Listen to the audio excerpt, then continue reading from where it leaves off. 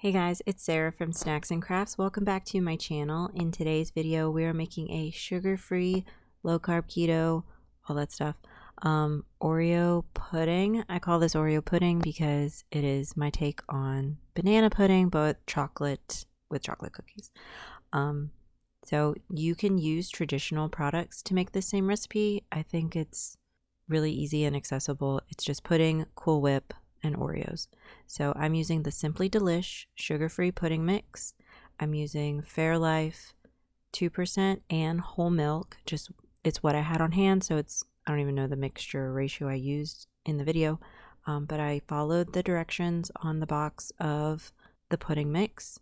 I'm also using this Kroger brand whipped topping. This is the sugar-free version. You can use regular Cool Whip or sugar-free Cool Whip, but we need that defrosting.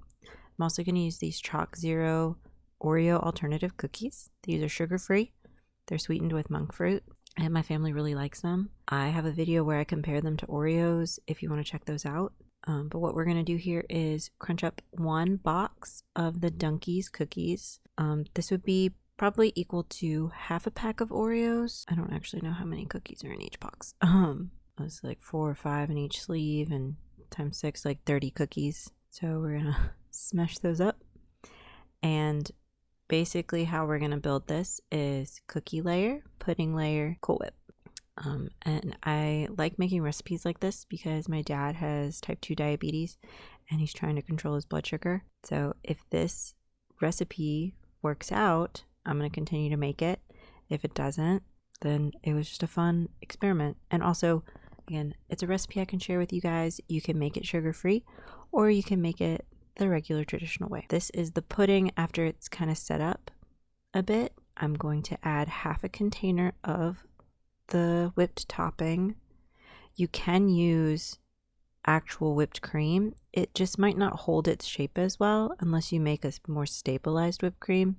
That's why I like using Cool Whip and Cool Whip alternatives, because it's got stabilizers in it so it doesn't like collapse.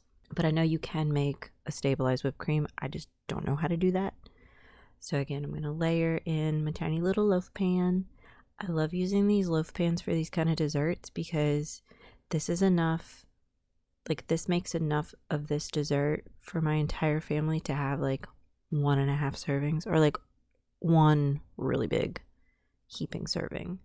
And it's great for potlucks because you don't have to like wash a dish. But again, we're going to layer crushed cookies, pudding, and whipped topping. And you just keep building it until you fill up your container.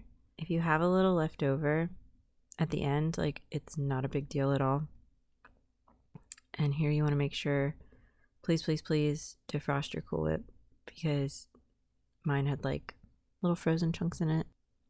These little loaf pan containers, like the aluminum loaf pans, came with clear tops that were kind of beveled up, so you didn't have to level it flat in this pan. Like, you're gonna see me really build it up, like high volume. So I know I talked like, oh, if this is great for my dad, then I'll keep making it. He really liked it. And my whole family really liked it. They've requested that I make it again. So I have actually made this recipe a few different times, probably 3 or 4 cookie box, or 3 or 4 recipes worth. So here I am just finishing up, trying to make it really pretty. And then I'm going to put the cover on and bring it over to my mom's house. I hope you guys like this video. Let me know what you think in the comments. Like, subscribe, and I'll see you next time.